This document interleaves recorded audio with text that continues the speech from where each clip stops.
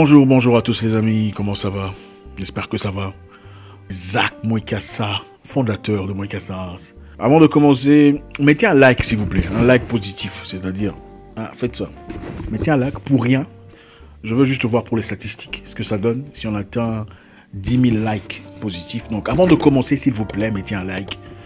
Même si vous ne m'aimez pas, enfin, bref, je sais que vous m'aimez de toute façon. Si vous êtes là, ça veut dire que vous m'aimez quelque part. Ça fait partie de la vie. Moi, je vous aime. Bref, mettez un like avant de commencer, on va y aller. Vous savez, 60 ans après l'indépendance, pas grand-chose n'a changé en Afrique.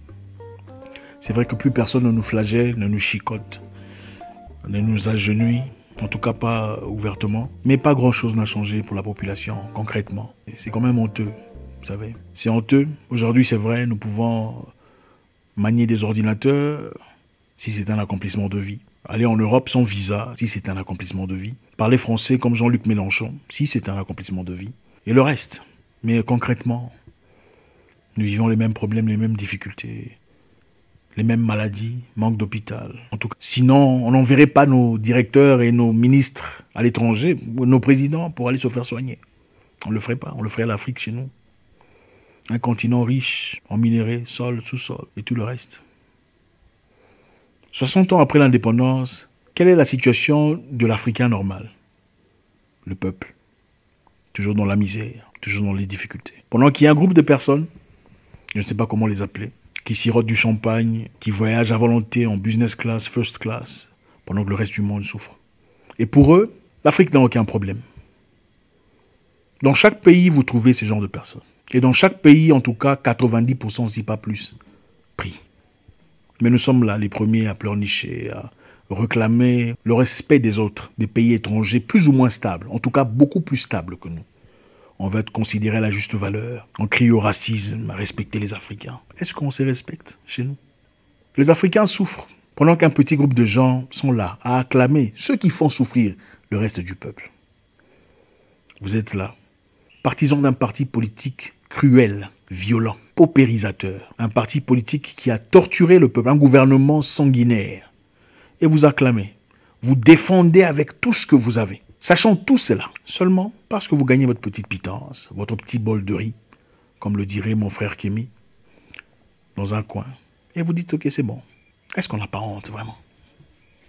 Ça ne vous fait pas honte que les Africains sont là aujourd'hui, en train d'attendre le salut venant d'ailleurs, pendant que nous avons tout ce qu'il faut chez nous, les plantes, l'intelligence, les capacités, les bénédictions. Comment réfléchiriez-vous à la place? En tout cas, mettez-vous à la place de ces gens-là. Vous êtes intelligent, capable, et vous voyez quelque part une personne qui ne comprend même pas la valeur des terres qu'il a, qui ne comprend même pas la valeur de la bénédiction, des richesses qu'il a. Mais il est moins fort que vous. Vous le laisserez occuper la terre, en toute honnêteté.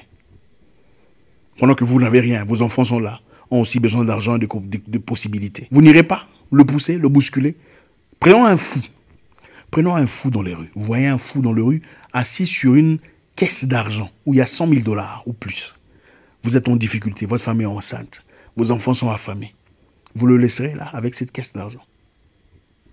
Soyez honnête. Vous ne le ferez pas, n'est-ce pas? Vous bousculerez le fou pour récupérer son argent. Pourquoi sommes-nous étonnés quand ils veulent venir chez nous, prendre ce que nous possédons, pour leurs propres intérêts? Pourquoi sommes-nous étonnés quand ils veulent faire des choses obscures à notre égard, pour gagner ce que nous avons? Ne sommes-nous pas fous?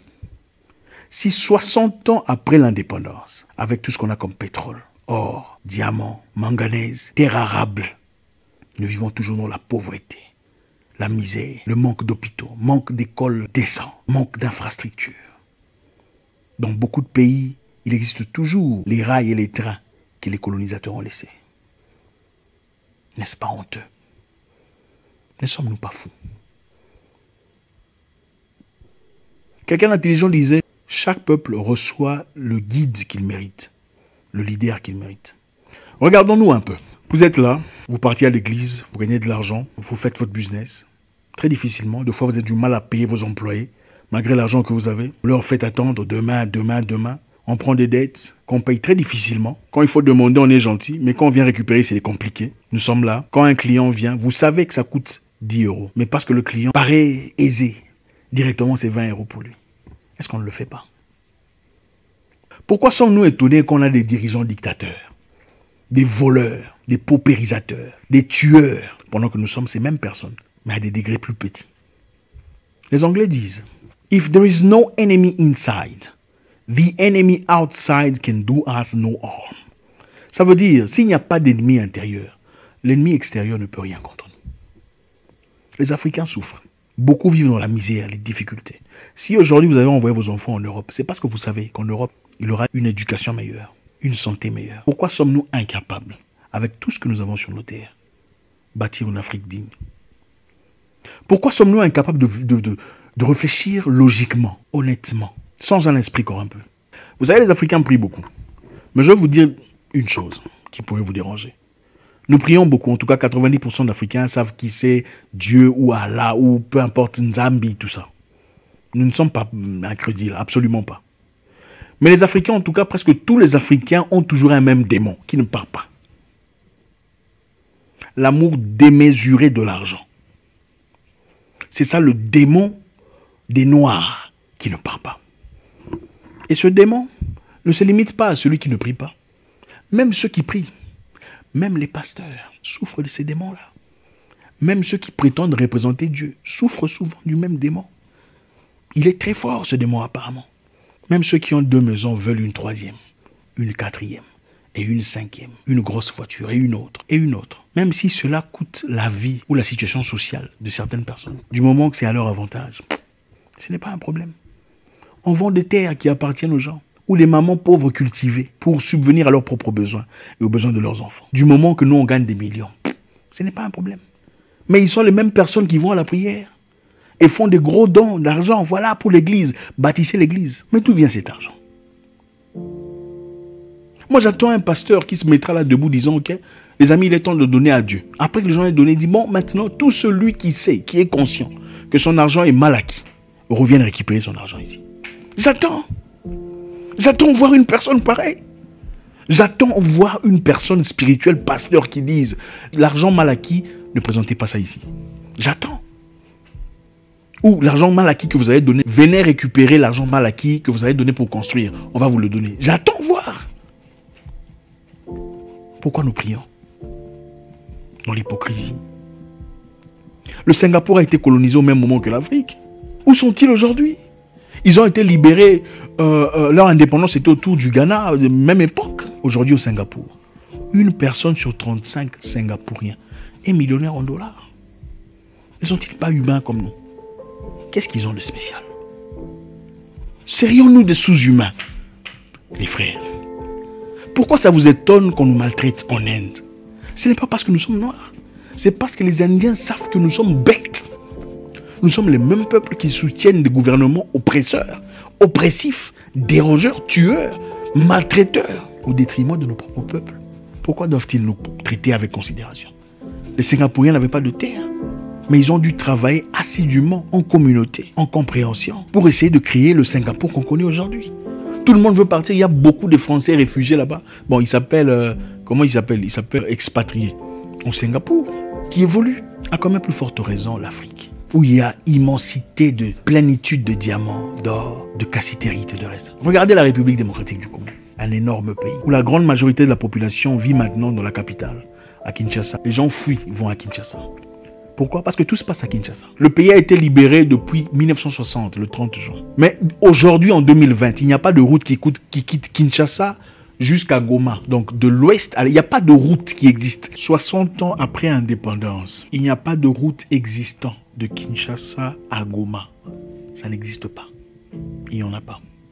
Donc Goma, c'est à l'est de la République démocratique du Congo. Kinshasa, c'est à l'ouest. Donc pour quitter Kinshasa et aller à Goma, il faut nécessairement prendre l'avion. Et pas seulement Goma, Kisangani, Bukavu et beaucoup d'autres endroits. Un peu inaccessible, c'est la forêt dense. Un pays riche en or, diamants, cassitérite, manganèse et tout ce que vous voulez. C'est incroyable. Et d'ailleurs, pour prendre l'avion, il y a Congo Airways, un avion congolais, entre parenthèses. L'avion Congo Airways de Kinshasa à Goma coûte $300, pendant que l'avion Rwanda Air de Kinshasa à Kigali coûte $150. En tout cas, c'est presque ça. C'est pas exactement le même prix. Ça coûte moins cher. en usant d'un avion rwandais quittant Kinshasa pour aller à Kigali, ensuite Goma, que de quitter Kinshasa à Goma usant un avion congolais. Comment vous expliquez ça? Et cet argent va où? Un pays aussi riche, un pays aussi béni. Et ça vous étonne qu'on vienne venir vous le ravir? Le pays vous appartient avec autant d'or, de diamants, de bois, de poissons. Le fleuve Zaïre, le plus puissant, je ne sais pas en Afrique ou du monde, le deuxième, capable de produire de l'électricité, capable de suffire l'Afrique entière en électricité. Mais les gens vivent dans la pauvreté, la misère. Pourquoi? Parce qu'il y a un groupe de gens, un groupe des Congolais, pas des étrangers, des Congolais qui profitent au système. Ils ont une petite voiture, une petite Jeep, une villa, c'est bon. Le peuple peut souffrir. C'est triste. Aujourd'hui, le Congo est occupé par ses voisins. Il y a au Congo des militaires venant de la Zambie qui veulent une partie du Congo. Il y a au Congo des militaires venant du Burundi. Il y a au Congo des militaires d'origine rwandaise. Il y a au Congo des militaires d'origine soudanaise. Il y a au Congo des militaires d'origine centrafricaine, ougandaise qui veulent leur part. Ça vous étonne pourquoi? Ça vous étonne pourquoi? Quand le Congolais est prêt à laisser mourir ses propres frères pour les intérêts d'un petit groupe de personnes, ça vous étonne pourquoi? Que le monde ne nous respecte pas. Pourquoi ça vous étonne que les gens veuillent venir de là-bas, vous faire ce qu'ils veulent vous faire là pour que vous mouriez, pour qu'ils prennent vos terres?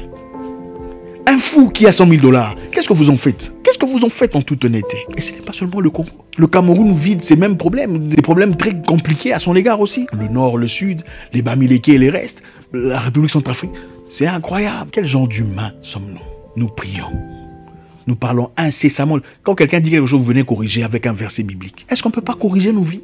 Les gens sont là, prêts à défendre le gouvernement. Du moment qu'ils sirotent un peu de champagne, voyagent à volonté, font Dubaï en première classe. Bon, la vie va bien. Le plus gros démon de l'Afrique. L'amour démesuré de l'argent. À la prière, les gens vont pour prier, demandant quoi? Ce n'est pas parce que les gens aiment Dieu. J'ai fait une vidéo là-dessus. Les Africains, généralement, prient, c'est pour leurs propres intérêts. C'est parce qu'ils pensent qu'en priant, Dieu va lui donner de l'abondance. Il va vivre la plénitude de la vie, la richesse. Les prières, c'est la richesse, le visa, le voyage, le mariage. Si vous dites, ok, même si vous priez, il n'y aura pas de visa. Même si vous priez, vous n'aurez pas d'argent. Vous continuerez à vivre comme vous. Même si vous priez, vous ne serez pas guéri. Très peu de gens priant. Moi, je veux vous dire c'est quoi craindre Dieu. Parce que vous n'avez pas le monopole de la prière. Oui, moi aussi, Dieu m'a parlé. Aujourd'hui, je vais vous parler aussi parce que Dieu aussi m'a parlé. Prier Dieu, ce n'est pas crier « Oh Seigneur, Seigneur ». Ce n'est pas ça. Prier Dieu, c'est accuser son frère quand il vole l'argent d'autrui. C'est ça, prier Dieu. C'est aller le dénoncer. Mon frère est en train de voler l'argent du contribuable. Voilà son nom. C'est le fils de mon père. Ça, c'est prier Dieu. Prier Dieu, c'est dire, chef, avec tout le respect possible, je ne ferai pas partie de ces tractations, de ces échanges. Je pense que ça va à l'encontre de mes valeurs. C'est ça, prier Dieu. Même si ça vous coûte votre emploi. Là, vous avez commencé à prier. Prier Dieu, c'est dire, ok, désormais, je ne ferai plus partie de ce bureau gouvernemental. Parce que la direction qu'on vient d'emprunter va à l'encontre de mes valeurs, de toute moralité. Là, vous commencez à prier Dieu. Il faut arrêter de nous fatiguer. Il faut arrêter de nous fatiguer. Prier Dieu, ce n'est pas crier. Ce n'est pas inlassablement citer des versets. C'est de l'hypocrisie, du pharisianisme. Concrètement, vous priez Dieu, on voit quoi? Combien de veuves allez-vous aider avec l'argent que vous gagnez? Combien d'orphelins de riz essayez-vous de changer? À combien essayez-vous d'apporter un petit changement? Même de la nourriture, même un petit rien, des habits. À combien? Vous priez vraiment Dieu? Ou bien vous priez pour gagner de Dieu? Pensez que Dieu est stupide. Celui qui craint Dieu ne demande pas de paiement pour un quelconque dossier illicite. Oh, pour te faire passer ce dossier rapidement, il faut payer. Tu ne pries pas. Ça, ce n'est pas une bénédiction de Dieu. C'est du vol. Ça a été inspiré par Satan. Celui qui aime Dieu ne demande pas de corruption. L'Africain a un gros démon qui ne part pas depuis 60 ans. Et depuis des vingtaines d'années de prière. C'est l'amour démesuré de l'argent. Jésus, dans la Bible, a dit, après qu'on lui ait demandé comment il faut faire pour entrer au paradis, c'est un riche qui lui a demandé. Il a dit, prends toute ta richesse et donne aux pauvres. Le riche a eu peur. Il a dit, il est plus facile à un chameau d'entrer dans une aiguille qu'à un riche d'entrer dans le paradis. Mais nous, on cherche l'abondance, les visas, l'argent, la plénitude. C'est bien d'avoir ces choses. Mais quand votre vie est basée seulement sur les richesses, vous vendez votre peuple. Et c'est honteux. Un fou assis sur une caisse de 100 000 $ sera retiré, poussé de cette caisse. Peu en importe les conditions. C'est ce que nous sommes en train de vivre maintenant actuellement. Nous aimons plus le gain personnel, l'égoïsme. Les gens sont prêts à vendre n'importe quoi pour un bol de riz. Prêts à vendre n'importe quoi, leur famille, leur propre peuple, pour soutenir un gouvernement oppressif. Voleurs. Des multinationales voleurs qui pillent le peuple. Ne paye pas le taxe du moment que vous avez une voiture. Vous êtes bien. Vous allez témoigner quoi à l'église? Dieu a changé ma vie. Avec quel argent? Vous pouvez en toute honnêteté dire que votre maison que vous avez construite là, c'est avec de l'argent honnête. Il n'y a pas eu des dribbles quelque part. Aucune corruption, aucune facilitation illicite. Il faut se remettre en question. C'est nous qui sauverons l'Afrique. Personne d'autre. Arrêtons de pleurnicher. Si nous sommes incapables de faire les choses les plus élémentaires. Dans certains pays, les parlementaires ont dit, bon ok, nous ne voulons plus de notre argent, en tout cas très peu, du moment qu'on traverse. On va essayer de disponibiliser l'argent pour le peuple. Dans des pays ici, il y a des parlementaires qui ont demandé un salaire plus haut. Non, nous ne recevons pas assez d'argent. Pendant ce moment compliqué, vous voulez qu'on vous donne plus d'argent. Waouh! Il faut avoir honte. Et ça vous étonne qu'on veuille nous éliminer, qu'on prenne nos terres, parce qu'on nous considère comme des animaux. Quand vous allez chez les Blancs, le pain coûte $1. Si le pain coûte $3, c'est $3 pour tout le monde. Pour l'Indien, c'est $3. Pour le Chinois, c'est $3. Pour le Blanc, c'est $3. Chez nous, quand vous voyez le visage, vous changez de prix. Ça vous étonne qu'on a des chefs qui ont la même mentalité, qui ne veulent pas quitter. Ah.